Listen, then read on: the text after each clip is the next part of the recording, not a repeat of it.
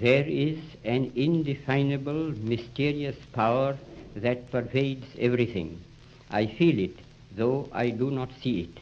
It is this unseen power which makes itself felt and yet defies all proof, because it is so unlike all that I perceive through my senses. It transcends the senses, but it is possible to reason out the existence of God to a limited extent. Even in ordinary affairs, we know that people do not know who rules or why and how he rules, and yet they know that there is a power that certainly rules. In my tour last year in Mysore, I met many poor villagers, and I found upon inquiry that they did not know who ruled Mysore. They simply said some god ruled it. If the knowledge of these poor people was so limited about their ruler, I, who am infinitely lesser in respect to God than they to their ruler, need not be surprised if I do not realize the presence of God, the King of Kings. Nevertheless, I do feel, as the poor villagers felt about Mysore, that there is orderliness in the universe. There is an unalterable law governing everything and every being that exists or lives. It is not a blind law, for no blind law can govern the conduct of living beings. And thanks to the marvelous researches of Sir J.C. Bose, it can now be proved that even matter is life. That law, then, which governs all life is God.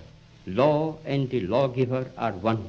I may not deny the law or the lawgiver because I know so little about it or him. Just as my denial or ignorance of the existence of an earthly power will avail me nothing, even so my denial of God and his law will not liberate me from its operation, whereas humble and mute acceptance of divine authority makes life's journey easier, even as the acceptance of earthly rule makes life under it easier. I do dimly perceive that whilst everything around me is ever changing, ever dying, there is underlying all that change a living power that is changeless, that holds all together, that creates, dissolves, and recreates. That informing power or spirit is God, and since nothing else that I see merely through the senses can or will persist, he alone is. And is this power benevolent or malevolent? I see it as purely benevolent, for I can see that in the midst of death, life persists. In the midst of untruth, truth persists. In the midst of darkness, light persists. Hence I gather that God is life, truth, light. He is love. He is the supreme good. But he is no God who merely satisfies the intellect, if he ever does. God, to be God, must rule the heart and transform it.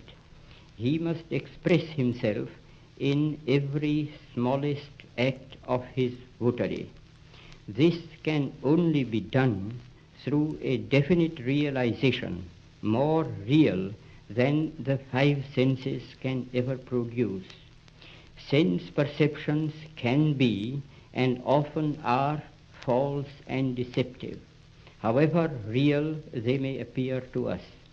Where there is realization outside the senses, it is infallible. It is proved not by extraneous evidence, but in the transformed conduct and character of those who have felt the real presence of God within. Such testimony is to be found in the experiences of an unbroken line of prophets and sages in all countries and climes. To reject this evidence is to deny oneself. This realization is preceded by an immovable faith. He who would, in his own person, taste the fact of God's presence can do so by a living faith. And since faith itself cannot be proved by extraneous evidence, the safest course is to believe in the moral government of the world, and therefore in the supremacy of the moral law, the law of truth and love. Exercise of faith will be the safest where there is a clear determination, summarily, to reject all that is contrary to truth and love. I confess that I have no argument to convince through reason. Faith transcends reason. All I can advise is not to attempt the impossible.